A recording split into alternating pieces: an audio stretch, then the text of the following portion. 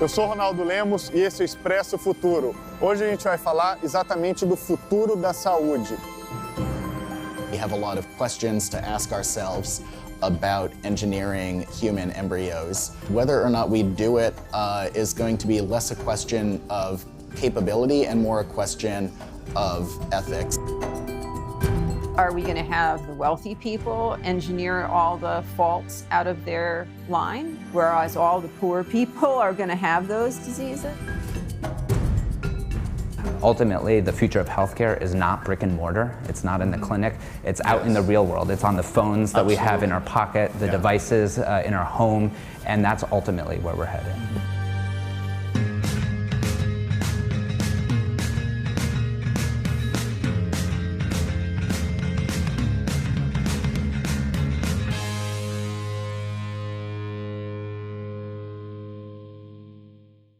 In the not-too-distant future, our DNA will determine everything about us. A minute drop of blood determines where you can work, who you should marry, what you're capable of achieving.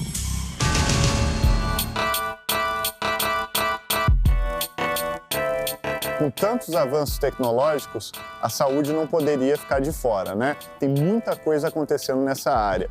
Uso de dados para prevenção de doenças, a pesquisa em biotecnologia que está cada vez mais acessível, saindo dos laboratórios e criando um movimento de faça você mesmo e muito mais. Para o Brasil, isso é muito importante, porque nessa área a gente tem tantos déficits e tantos problemas que eu acho que tem muitas oportunidades que o avanço tecnológico pode trazer.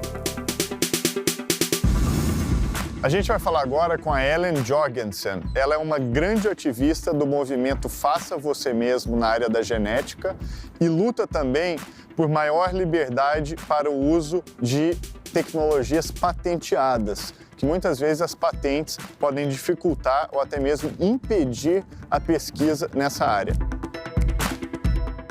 The definition that we use here at Biotech Without Borders is biotechnology being done in an unconventional space by unconventional people. There's a lot you can do by analyzing the DNA of yourself, of your food, of the environment you're in. Some of it is actually, I think, very empowering for communities and consumers. For example, if you could have on-the-ground sites that were capable of manufacturing a vaccine in a lab that wasn't terribly sophisticated, but had the basic molecular biology tools. The ability to very quickly create different vaccine alternatives and test them. To have that sort of thing as a more distributed endeavor would be the next step in a way, rather than having it centralized.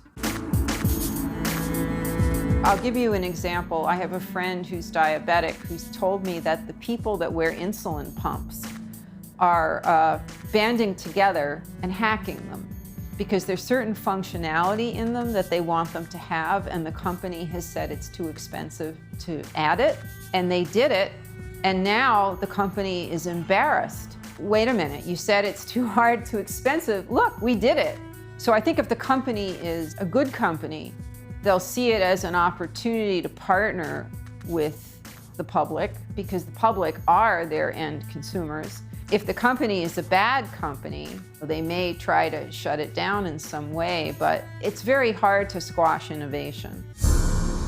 I think the thing that people are most interested in is it has a couple of very controversial applications. For the first time, we may be truly able to edit a human embryo.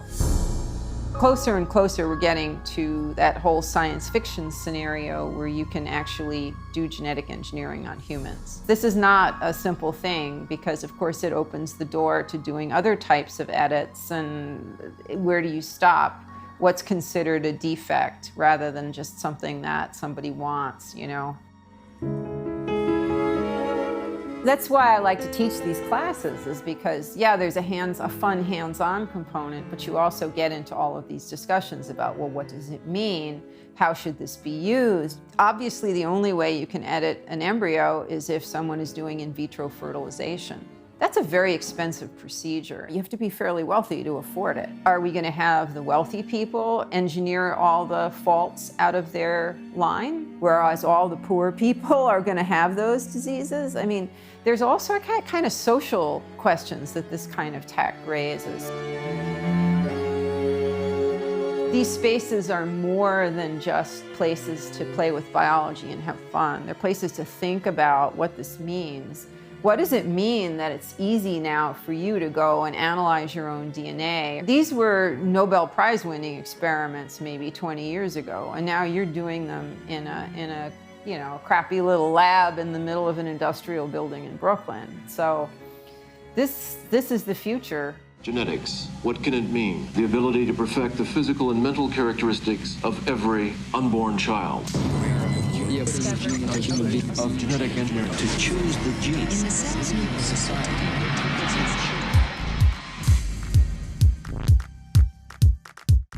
A pesquisa em biotecnologia, ela está saindo cada vez mais das universidades e dos laboratórios tradicionais e indo para lugares comunitários. A gente vai visitar agora o GenSpace, um laboratório de experimentação genética comunitário que fica no Brooklyn, em Nova York.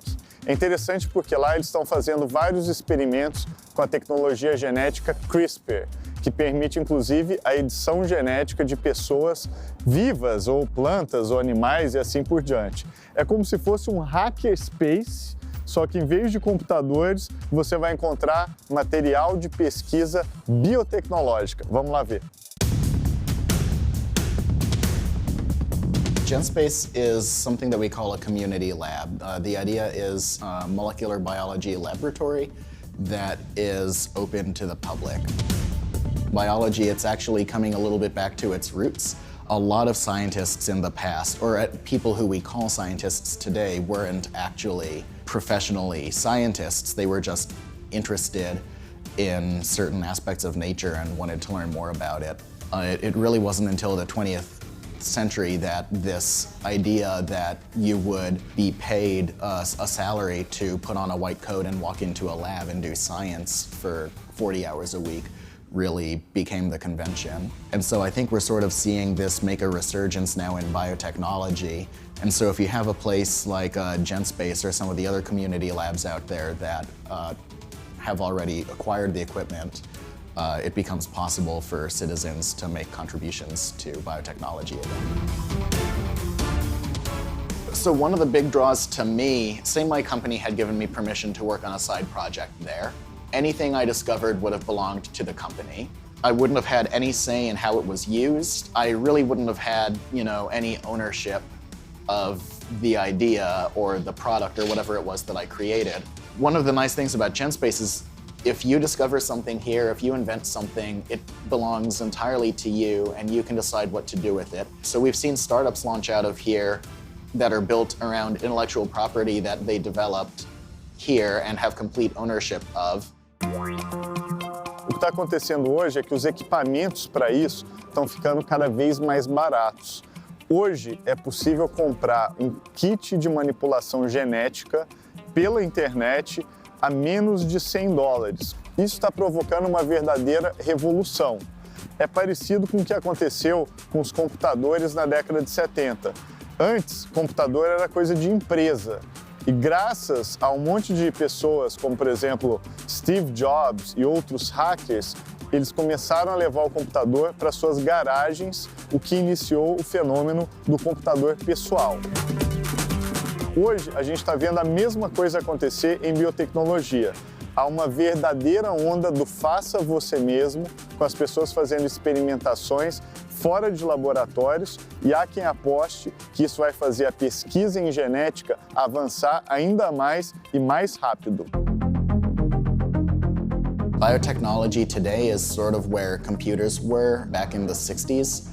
We have the transistor, we can do a lot of basic operations with it, but At the end of the day, right now, writing a genetic program is a bit like back when you had to manually punch cards for early computers. And I think as automation becomes more prevalent, we're going to hit a point where next to your inkjet printer, you have a DNA printer. And the act of just writing a program for DNA and exporting it into, say, yeast or E. coli or even a tomato is going to become very trivial, and it's going to be a thing where instead of having to walk into a lab like that and do everything manually, there's going to be a device that you can buy that's just a little lab in a box that does all that work for you. Personalized medicine is going to begin to really emerge as a field in the next couple of decades. And I think it's going to be an interesting sort of merging of biotechnology and AI, actually.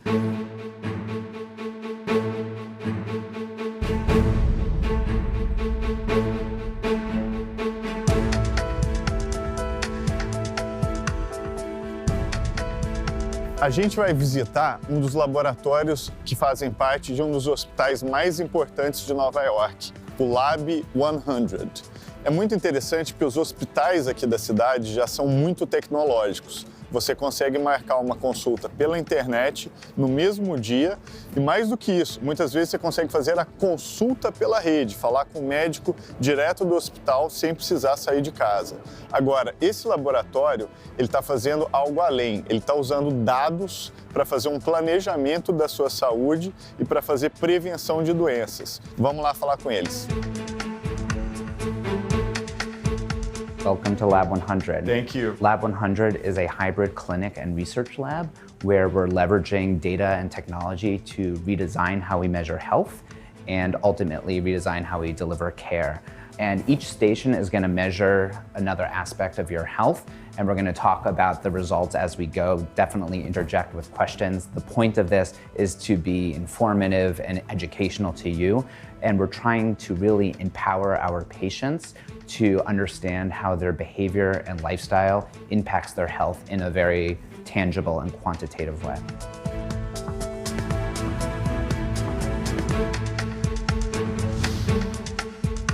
Nice, how about that? That's good. All right, we'll save that. Everything we do in Lab 100 has immediate clinical utility and research utility. So we have your vital signs collected, and now we're gonna check out our initial consultation. So let's bring up some of your data. So you're pretty physically active, it looks like.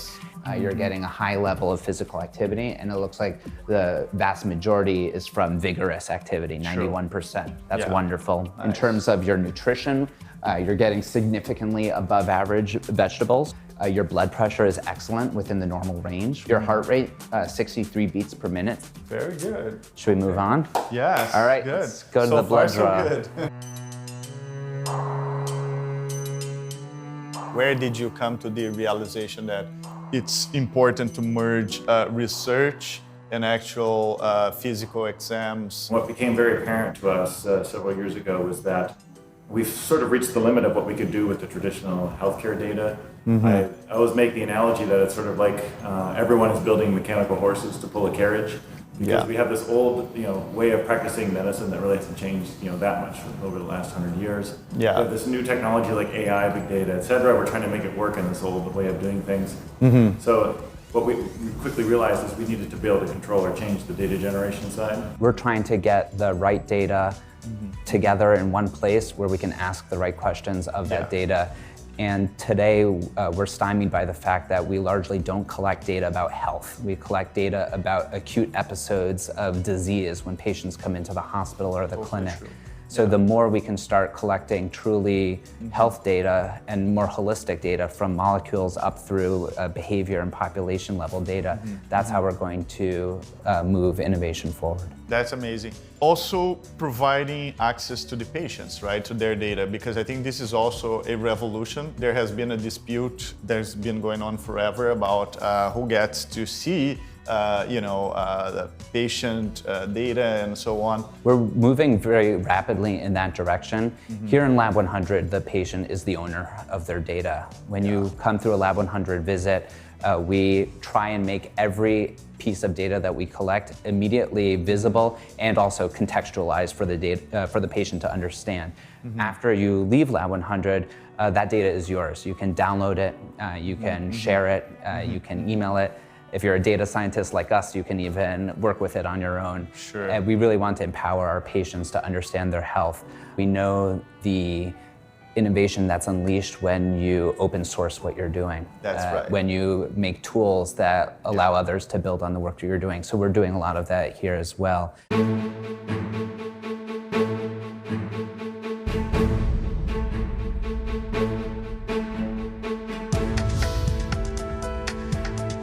The purpose of the final consultation is to review all the data we collected and see whether we can come up with any key areas to focus on.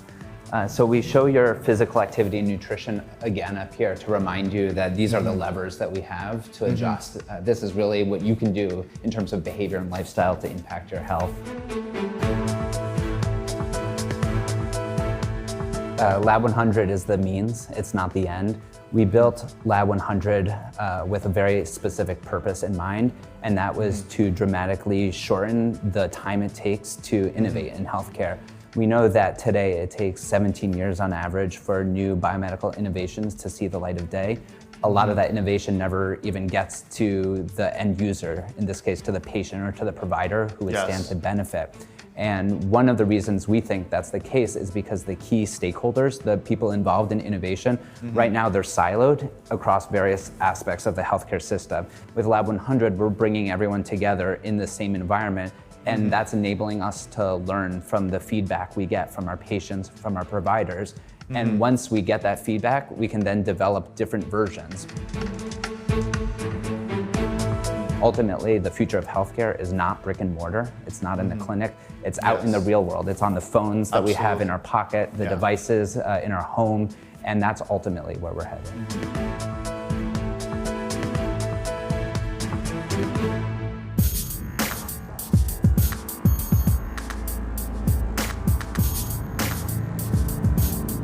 O futuro da saúde hoje depende de dados. E quanto mais personalizados esses dados forem, melhor. Tem uma empresa aqui em Nova York chamada Next Gen Jane, e eles criaram um dispositivo para analisar os dados do sangue menstrual. É um absorvente que você utiliza e a partir dali a mulher pode coletar dados sobre a sua saúde, questões reprodutivas e assim por diante. É uma excelente ideia para a gente poder avançar a área de saúde da mulher usando também a tecnologia. You know, I was trying to find ways that women could track their reproductive health. And currently in our medical system in the United States, you use many different things. You do take a venous blood sample, you do go into a gynecologist and you get up on the table and you sit in stirrups and they use a speculum to open you up. It's a process that many women are familiar with and many women dread. It's something that I want to make easy for women. You want to incentivize women and encourage them to get involved in their reproductive health. And so I was really trying to think of ways I could access blood. I could access the same cells that you do when you try to get a pap smear. How's an easy way to get cells from your reproductive system? That's how we thought about menstrual blood. We want the woman to do exactly what she would do on her normal monthly period because we want to integrate into a regimen that she already has and not disturb it. And she uses a tampon that we send to her. She uses it, she takes it out of her body when she's done, and she puts it into our device. And what the device does automatically is it takes a particular preservative, it's a buffer, and it runs it over the tampon. And it actually extracts the material that we need from the tampon. So we actually look at the genomic signals from the cells that you're shedding during your monthly period, and we're trying to figure out what's happening in your body depending on what genomic signals that we're reading. One of the big trends I noticed about tech and what it's doing is it's obviously empowering the consumer. People like being in charge of their health. Not like this 1950s version where you imagine you see the same doctor for your entire life. They deliver you, they deliver your children, they deliver your grandchildren, and this doctor knows everything about you. No one owns your health. There's no one doctor that's managing you for more than probably, what, 18 months? And so where does that responsibility fall now? It falls to you. That fundamentally breaks that paradigm of centralizing the doctor in one place, if you can do the sample collection at home. So that's really important because when you lower the activation energy for actually taking care of yourself, you're more likely to do it. One of the things that's so important about this decentralization trend is you actually make it so easy to engage with your healthcare that you can do it naturally and easy. And we've always found in our clinical trials, women are more than happy to contribute to efforts like this. We want to encourage you and inspire you and motivate you to say, please use it for science, use it to investigate other diseases that women can find out about themselves.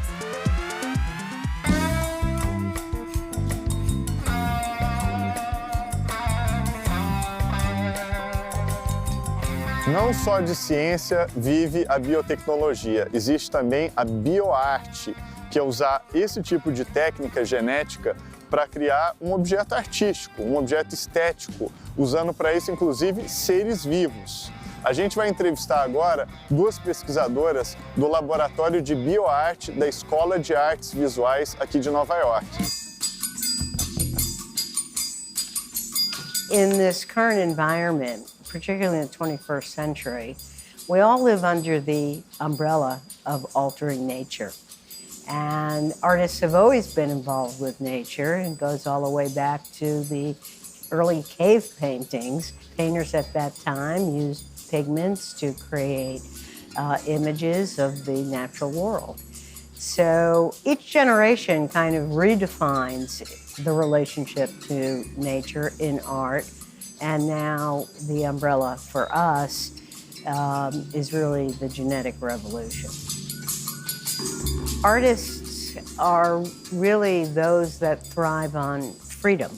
They are not afraid to do things scientists would never dream of. But it's not a complete kind of switch. There is subjectivity in science, although scientists would like to say there isn't. And there is objectivity in art, although some artists may say there isn't.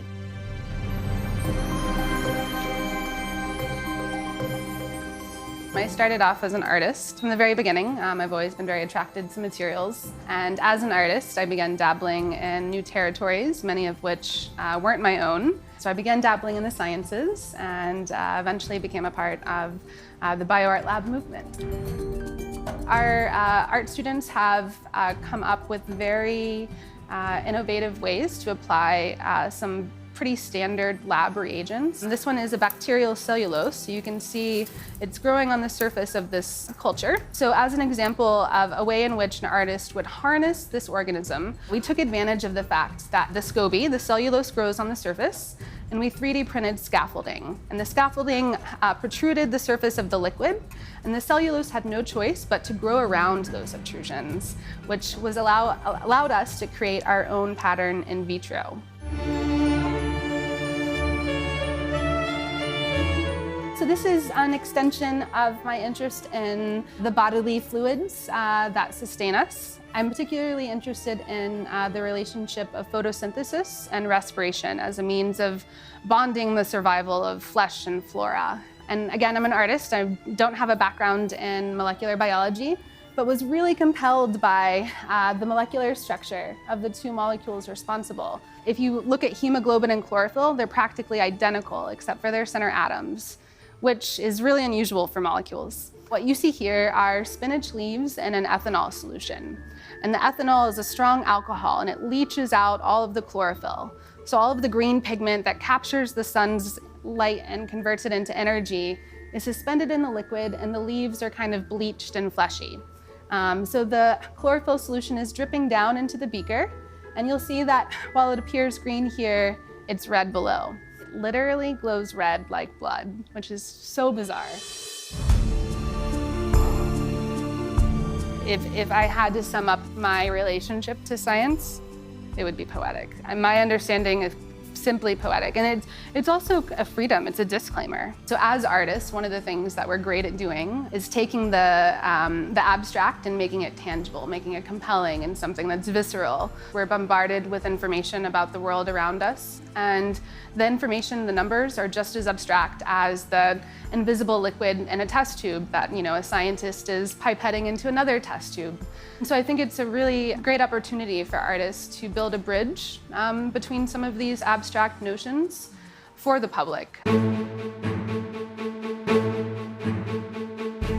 These are things that are going to affect design our future. It's important that we begin to feel that reality before it creeps up on us. And artists have a lot of potential to set a stage, not only for us to confront some of these things that are looming, but also a place for us to hold and face these issues.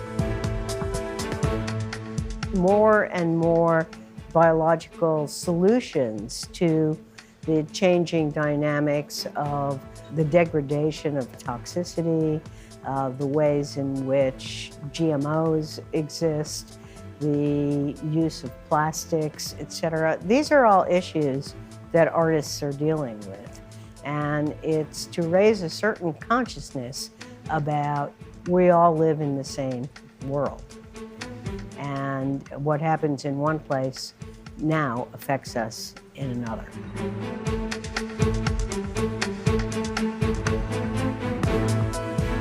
Como tudo mais, a biotecnologia traz também preocupações. É preciso que a gente sempre se lembre da dimensão ética desse tipo de prática.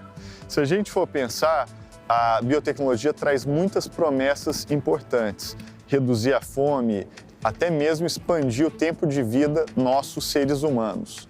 A questão é sempre importante fazer isso com responsabilidade e tendo um compromisso de que a gente vai sempre usar essa tecnologia que se barateia de forma ética. Se a gente fizer isso, tenho certeza que os benefícios vão ser muito maiores do que eventuais malefícios.